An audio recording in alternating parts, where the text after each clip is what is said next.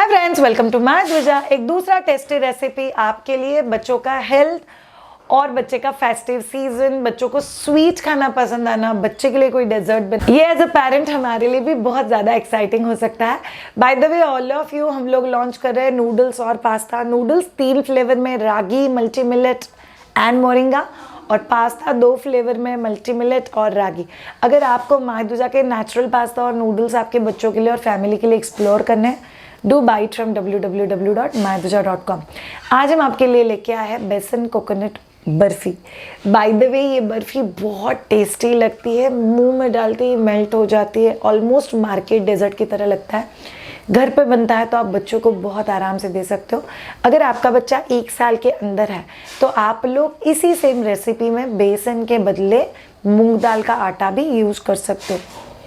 याद रखो all of you, अगर आप लोग इसके लिए रूटीन घर का बेसन या मूंग दाल का आटा यूज़ करते हो, उससे बेटर अगर आप लोग कस्टमाइज, मतलब आटा ही पर थोड़ा सा दरदरा, जैसे सेमोलिना या रवा होता है, थोड़ा सा दरदरा आटा अगर होगा तो ये पर्टिकुलर बर्फ़ी बहुत ज़्यादा अच्छी बनती है। ओके, जहाँ जहाँ पे हम लोग रेसिपीज़ में दूध यूज़ करते हैं, अगर वहाँ पे आपका बच्चा 1 साल के अंदर है तो आप लोग प्लीज़ बच्चों के लिए आलमंड मिल्क या कोकोनट मिल्क यूज़ करो। अगर आपका बच्चा 1 साल के ऊपर है तो आप लोग एनिमल मिल्क यूज़ कर सकते हो। ऐसे और कई 300+ रेसिपीज़ अगर आपको चाहिए तो डू विजिट ऑन www.mydhuja.com और माय ध्वजा की यम फूड डायरी, जिसमें 300+ रेसिपी है। आपका बच्चा 6 महीने से लेके 4 साल का होने तक उसके चाहिए वैसी बहुत सारे रेसिपीज़, कमाल के रेसिपीज़ आपको इस बुक में मिलेंगे। तो आप लोग 100% इस बुक को एक्सप्लोर कर सकते हो। चलिए, हर रेसिपी के एंड में हम लोग आपके लिए आपके दिल के क्वेश्चन का जवाब लेके आ रहे हैं।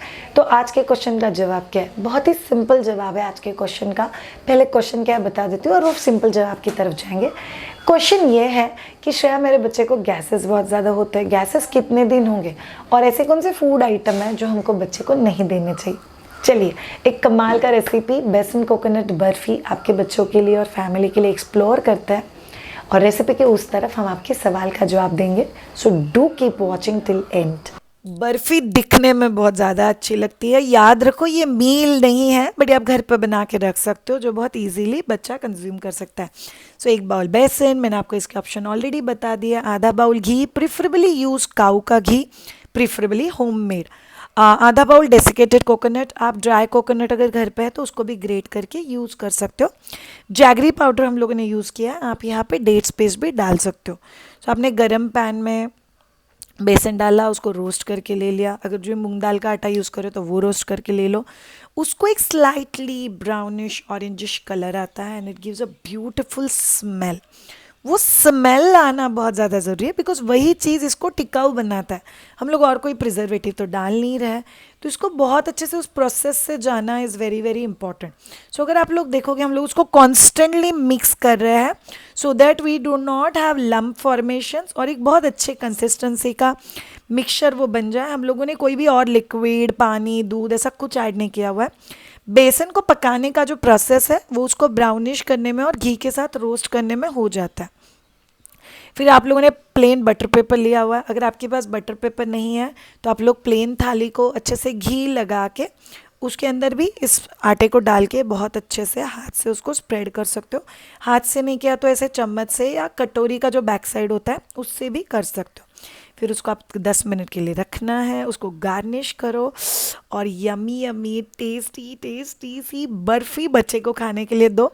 Bye the way it's very good for travel outside, बच्चा खेलने के लिए जाता है तभी देने के लिए। ओके, कुछ चीज़ों को देखते ही खाने का दिल करता है, उसमें से ये एक रेसिपी था। यस, इसका शेप, इसका टेक्सचर, इसका टेस्ट आपके बच्चों को भी बहुत पसंद आएगा। तो प्लीज़ इंश्योर करना कि ये चीज़ आप आपके बच्चे के लिए ज़रूर एक बार बनाओ।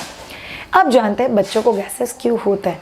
सो बच्चा माँ का दूध या फॉर्मूला मिल्क या खाना जब भी डाइजेस्ट करता है, उस डाइजेशन के प्रोसेस में स्मॉल इंटेस्टाइन में जो भी गैसेस रिलीज़ होता है, इधर वो ऊपर से पास होते हैं नीचे से। ये नेचुरली हम बड़ों को भी होता है, बट बच्चों को थोड़ा सा ज़्यादा होता है बिकॉज बच्चों का स्मॉल इंटेस्टाइन अब तक उतना डेवलप नहीं है। तो बच्चों के स्मॉल इंटेस्टाइन को क्या हम लोग डेवलप कर सकते हैं? टू बी वेरी ऑनेस्ट, नहीं। वो स्लोली स्लोली विथ एज जैसे बच्चा बड़ा होगा ऑटोमेटिकली डेवलप होता है।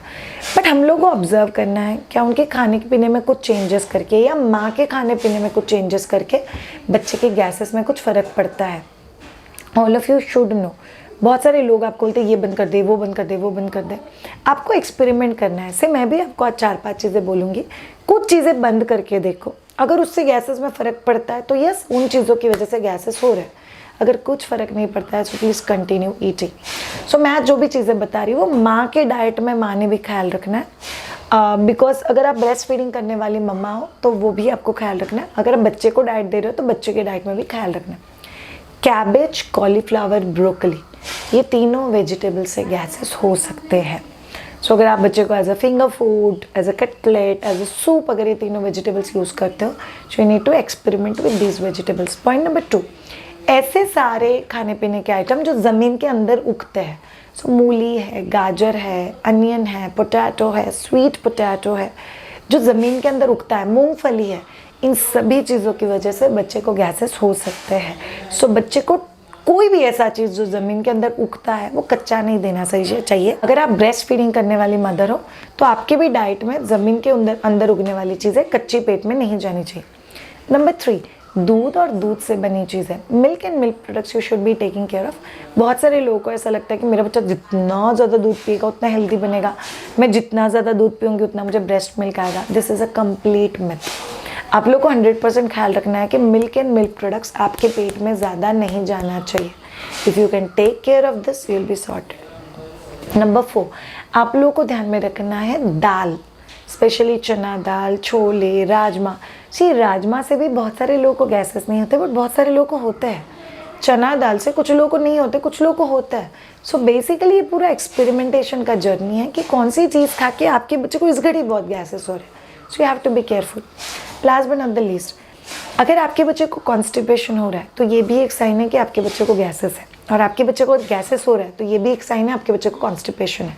सो थोड़ा सा इसका कोरिलेशन समझ के लो। अगर बच्चे को बहुत ज़्यादा गैसेस हो रहा है तो आप लोगों को कोशिश करना है और इंश्योर करना है कि बच्चे के डाइट में वेजिटेबल्स, ओट्स, उसी के साथ बच्चे के डाइट में proper fruits, proper water intake, ये चीज़ें अगर आप रखोगे तो बच्चे को कॉलिक और कॉन्स्टिपेशन 100% ये दोनों ही चीज़ें आप लोग मैनेज कर सकते हो।